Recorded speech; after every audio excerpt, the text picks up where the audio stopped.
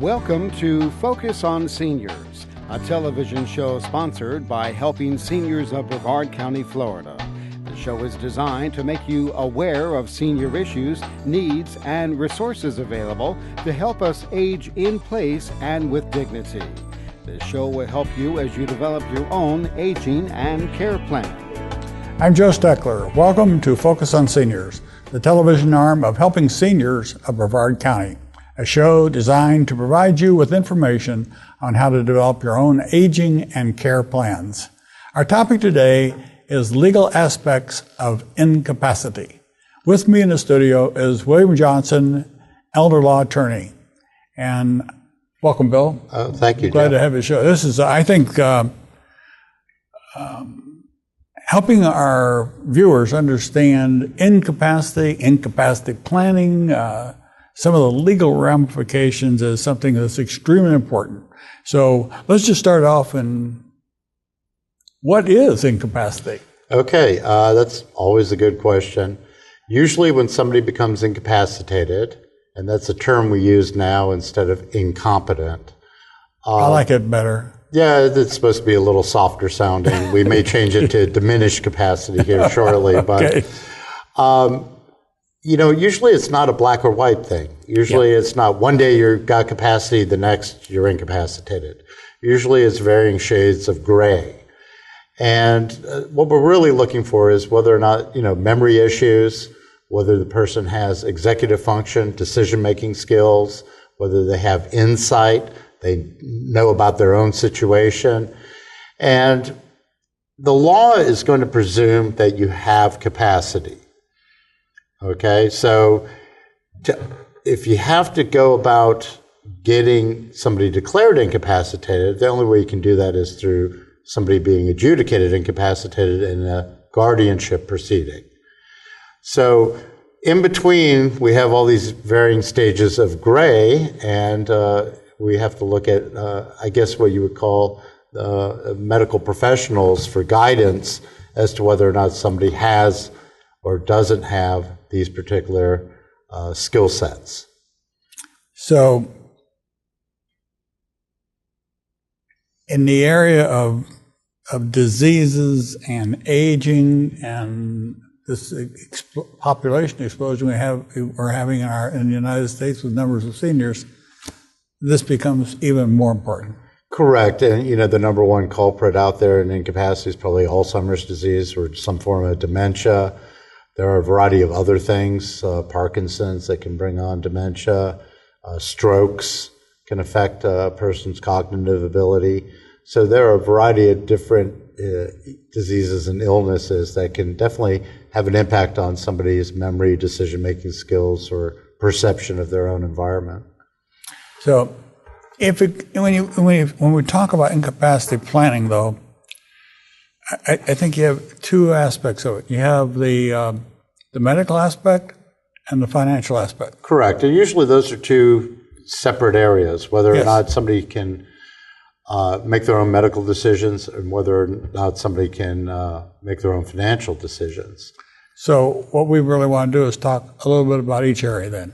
Correct. So let's talk about the medical aspect first, because the case that always comes to my mind is the Chavo case. Correct. And for people that might not understand what the Chavo case was, could you quickly summarize that? Well, there was a lady named Terry Schiavo who, for whatever reason, they're not quite sure, either a medical drug interaction or a heart attack, became incapacitated and ended up in what we would call a persistent vegetative state. The argument was between her husband and her parents. The husband argued that Ms. Schiavo had always declared that she didn't want to live in that condition. The parents, however, were arguing that she was minimally conscious and that they did not want her life support turned off. And we had a whole big brouhaha with multiple courts and federal and state governments getting involved in the whole situation. And ultimately, her life support was terminated. But it was quite a, as you can imagine, media circus. And usually these right to die cases involve somebody who's young. And she was under 30. because that's, if she had been 80, they probably wouldn't have been having this huge argument. But there's the Nancy Cruzan case, the Karen Ann Quinlan case, the big right to die cases all involve young people. Yeah, but which brings us to the point that there are medical directives that if we're smart, we would put them in place when we were 18 years old. Correct. Or 21. Correct. But I would say 95% of the people don't do that. That is true. Because we think we're infallible at that young age. So if you were going to do the planning ahead of time, you would probably do a couple different documents. One would be called a healthcare surrogate, wherein you designate somebody to make your medical decisions if you're unable to give informed consent. The other one would be a living will, and that is what your end-of-life decisions are, whether or not you want life support continued, if you're incapacitated and in a terminal condition, an end-stage condition, or a persistent vegetative state. Those documents sometimes can appear to be in conflict, but if you have a healthcare surrogate in place, they've got to follow your living will, because that is an expression of your intent. So ideally, what we would want is you to go ahead and designate somebody ahead of time to make your healthcare decisions for you.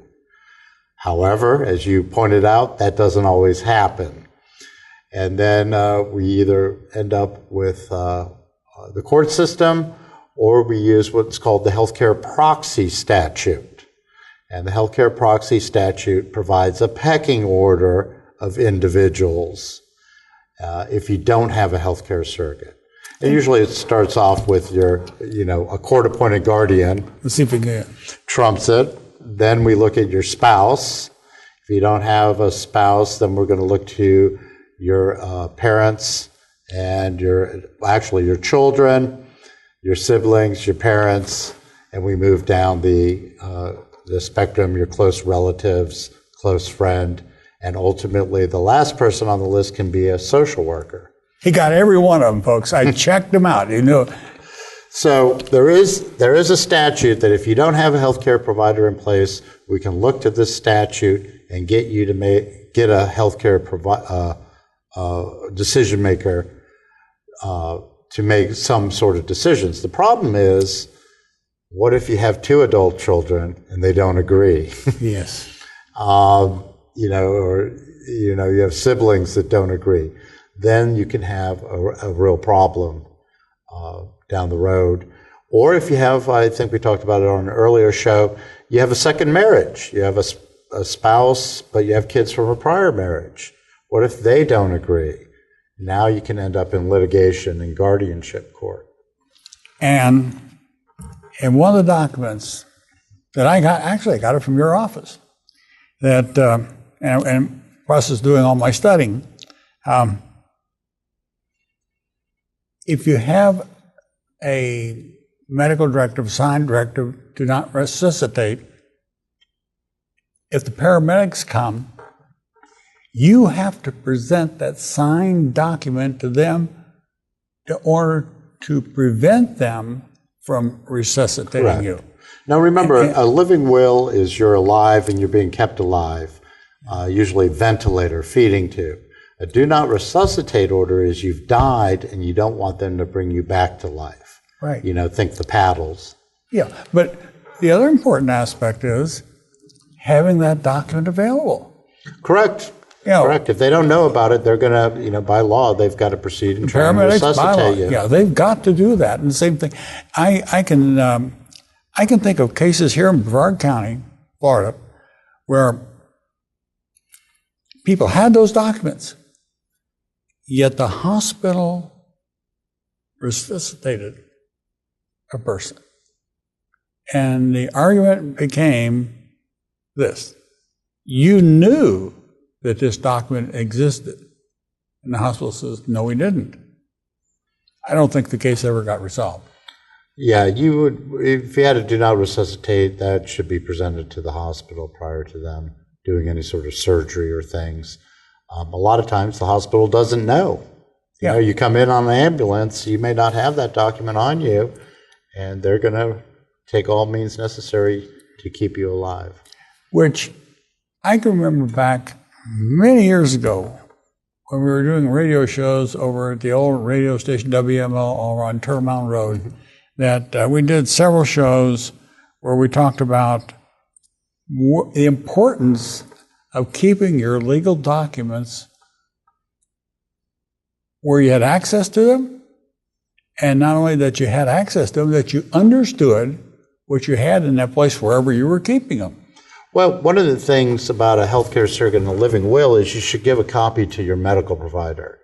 You know, your primary care physician should have a copy of that. If you go to the hospital, bring it with you, let them make copies of it, so that there are multiple copies of this document out there, so that, you know, if you were rushed to the hospital on the ambulance, eventually these documents would catch up. Okay. And going all the way back to another document, I don't even have it listed in talking about on this show, but we're talking about incapacitation planning. When we got the medical side and the financial side, and there's a little document again, the old durable power of attorney. Correct. On the financial side, you may need a financial decision maker in place, and you may need, you know, you may be laid up with a stroke, or you have Alzheimer's or dementia. And you may need somebody to pay your bills, manage your assets, you know, buy and sell assets. And that's where a durable power of attorney comes in. And that person can come in and do all those financial things that are needed to run your affairs. Okay, now, you're an elder law attorney, and generally our show is called Focus on Seniors. And we try to think about issues that could happen to us later in life. And most of our shows are how we can do a better job of planning in our 50s and 60s, 70s, so that we have problems in our 60s, 70s, or 80s, or 90s, that we've got everything in place. But a lot of people don't know about a person called an elder law attorney. They don't know that. They have a family friend that's an attorney, or there are so many attorneys. You can start looking in the yellow pages. Right. There are more attorneys in Brevard County, I think, there are doctors. Well, elder law is a relatively new field, and it's designed around a population, you know, basically people 55 and older. We deal mainly with estate planning, probate, trust administrations. We do incapacity planning, and if you haven't done that, we do guardianship. And then we also deal with long-term care planning, you know, Medicaid, nursing homes, assisted living, and home health care. And well, that's a good thing to talk about when we talk about incapacity. And let's say somebody has long-term health care insurance in place, and there's you start leaning. The family can't make decisions. You get the old family squabble, and because there's who's going to pay the bills, how the bills are going to be paid for. And they realize that mom and dad's assets are not enough to pay that nursing home bill and have mom or dad still remain in the family home. And then what you would want to make sure is, if you had a durable power of attorney, that it was sufficient enough to allow whoever's named in that document to undertake what we would call Medicaid planning and be able to move assets around and make the patient eligible for Medicaid benefits. Okay. Now, when we get into incapacity, one of the big things is making decisions. Let's just talk for a minute about establishing a guardian, an easy way, and a guardian, difficult way. I think what we need to talk about is what happens if you don't have any documents. Okay, all right. Okay, if you don't have any documents and you haven't gone about naming anyone to make your healthcare and financial decisions, we may end up having to go to court to get that authority. And that would be a guardianship proceeding where we have you declared legally incapacitated. The way we go about that is we file a petition to determine capacity. The court will appoint a 3-member examining committee, one of which must be a doctor, the other 2 are healthcare professionals.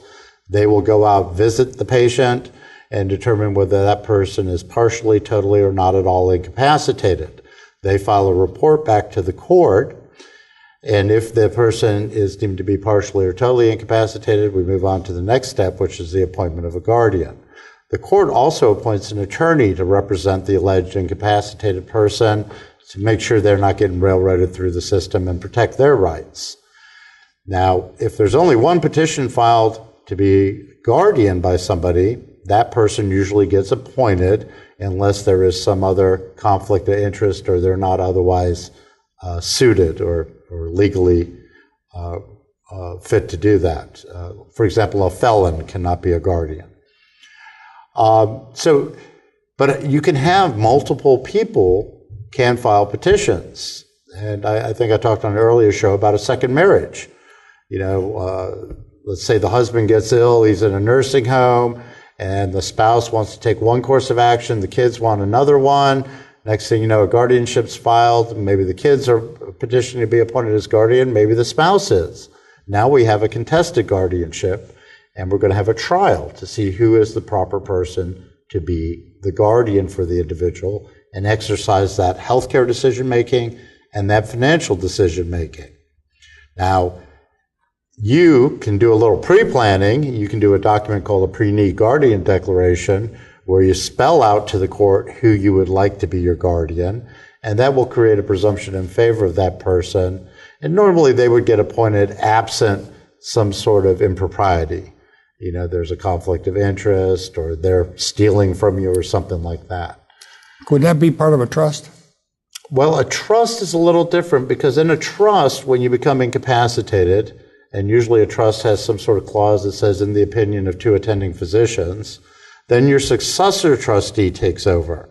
And we don't have to go to court to do that. Okay, so you just have to meet the terms of the trust. And then that's what I was getting at. And if you set up a trust, a real trust done the right way, almost everything it does have that benefit. It does have the benefit of providing an incapacity plan, at least for the finances in the trust. Yeah, but it also has healthcare share documents. It has living wills. Well, usually those are part of the package you do when. Well, that's right. But that's the point I want to make, Bill, is that if our viewers understand that there are attorneys and their offices, their staffs that understand the total perspective, they can wrap up the medical planning, the financial planning, the estate planning, pre-needs guardianship, the durable power of attorney, all the documents that I would need so it preclude my 5 children from saying, I want this or you want that, I don't want to do this. Or ending up in court, exactly, and squabbling about it. Look, the reason I get concerned about all this is because I have served as a layperson as a member of the three-member panel. I've done this many times. And because at the time I was a director of the Alzheimer's program. So they asked me to serve on a committee. It is not an easy thing. Correct. And requires a lot of thought to say a person can or cannot do something. Right. You just don't go out and sign your name to something without really looking at it. And I found, a couple of times, a person had been diagnosed with Alzheimer's, and talking to them and asking them questions. They answered every blessed question I asked them with a good answer. I couldn't say that they were incapacitated. I just couldn't do it. And that occasionally comes up, and sometimes capacity varies by the time of day. You get people with sundowners, and depending on when you visit them, other people present well, people who have very good social skills, and they may be able to mask their memory loss or their inability to make decisions. So, as I mentioned when we opened it, it's usually not black or white. It's some shade of gray. And one of the questions I always get asked is, I call it the problem of the problem parent. You have, a mother or father, and they're living in their house, they're a widow or widower, and they present really well. So anytime you try to bring help there, they just tell the help they don't need it, and the people who came to visit them said, oh yeah, there's no problem. But, you're looking at their bank accounts or whatever, and you notice they're writing these huge checks that shouldn't be written, and somebody's taking advantage of them. Or they have, you go to the house and it's not clean, it's dirty, and things like that. And something's wrong. Yet every time you try to get help, they present well. Yeah. And you may be the healthcare surrogate and the power of attorney, but you really can't take any action because you can't get them, say they need to be in assisted living, their doctor says they need to be in assisted living, but they refuse to go. The only way you can get total authority over somebody is a guardianship, because if they present well, they could actually, probably convince an attorney to cancel all the documents you have. They could refuse to go, in which case no social agency is going to take any action. So the only way that you ultimately can get control of that situation is through a guardianship. Okay. We have a lot of time, but there's one aspect we didn't mention, and I do want to talk about under incapacity planning. That's the Baker Act. Okay. Help our viewers understand what the Baker Act is, what it's used for, and it can be a good thing too. Yeah, basically the Baker Act is where you're a danger to yourself or others from usually some sort of mental condition. There are 3 ways somebody can get quote unquote Baker acted. The most common way, or most people are aware of, is the police, where the police can be called into a situation and they will go in and investigate and see whether or not somebody is a danger to themselves or others, and then they would Baker Act them and take them to a mental health facility. You can be held at the mental health facility for up to 72 hours. After that point, you actually have to have a hearing, and they determine whether or not you can be released, you've been stabilized, or if you need further treatment. Now, you can also be Baker acted by a physician, and you can also be Baker acted through something called an ex parte proceeding, where somebody files for a proceeding to have you Baker acted and presents evidence to a court, and the judge will issue basically the order of the Baker Act, and the police go out and pick that up. And sometimes those things have to be done. I can remember years ago I was called by the police at home at night, one night, and they said they had found this woman in this restaurant, and they wanted to know what to do, and I said, "Oh, you take her back home," and they did. And I said, she has a problem, and over a succession of 3 or 4 nights, this continued to happen. But the police didn't want to believe me that she needed to be taken to circles of care. And about the 4th phone call, the policeman called me up and said that they finally realized what I was trying to tell them, and they took her to circles of care, and she got the care and treatment that she needed.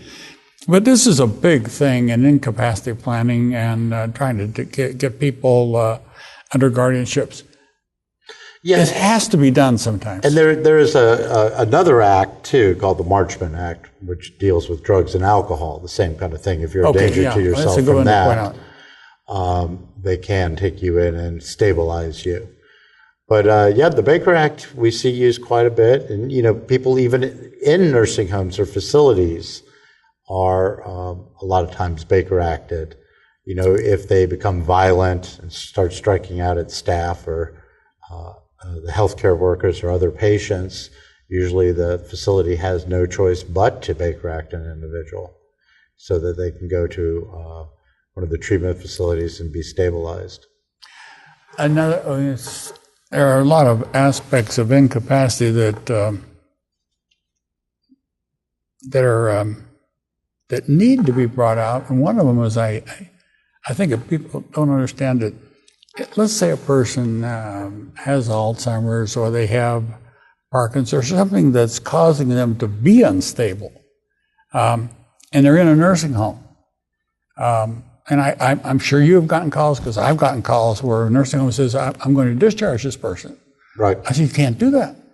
You can't discharge that person until you find a place to put that person. A safe environment. They have to discharge to a safe environment. Right. But these are things that when we talk about incapacity, the general public doesn't understand that family member is protected. You just can't do Usually when I have a family that's got a loved one in a facility and there has been some sort of issue, I tell them to pay close attention to the medications, because usually if medications are switched or dosages are changed, a lot of these medications they use to treat dementia make a lot of people lose their inhibitions. Yes. Yeah. And people who are normally calm as can be become violent. People become sexual. Had one lady who just all of a sudden lost her inhibition against drinking, and at 80-something years old went out to a bar and drank herself silly, put herself in the nursing home. So a lot of these medicines they use to treat these mental conditions, especially dementia, allow all these other things to surface that people totally act out of characteristic for what they normally would. And you really have to pay attention to those medication changes, because that might be the thing that sets them off. Yeah.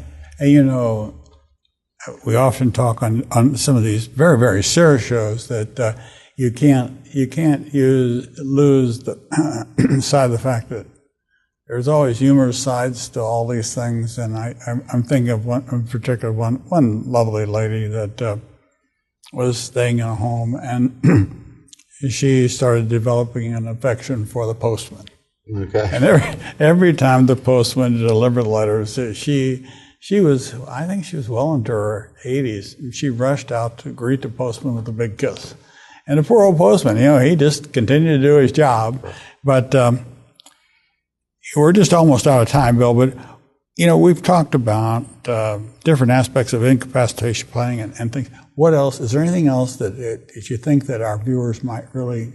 Well, pre-planning can save you a whole ton of money by having the documents in place instead of waiting till the crisis occurs. You know, here in Brevard, the guardianships uncontested are running about $8,000. 8,000? Yeah. And so, you know, with some simple pre-planning and putting a power of attorney and a healthcare surrogate in place, you really can save people a lot of time and money from having to deal with it in a crisis mode. I know one aspect we didn't. I know one aspect of the show we did not talk about, and that was the fact that when you make all these documents out, when you give people powers of attorney, when you put them in your trust, you give them the power for healthcare surrogates, you better do it with somebody you trust. Correct. And usually, you know, that's one of the good things about a guardianship is that they do have to provide an inventory and an annual accounting. So sometimes it is even preferable to have a guardian over a power of attorney, because those annual accountings and guardianship get audited.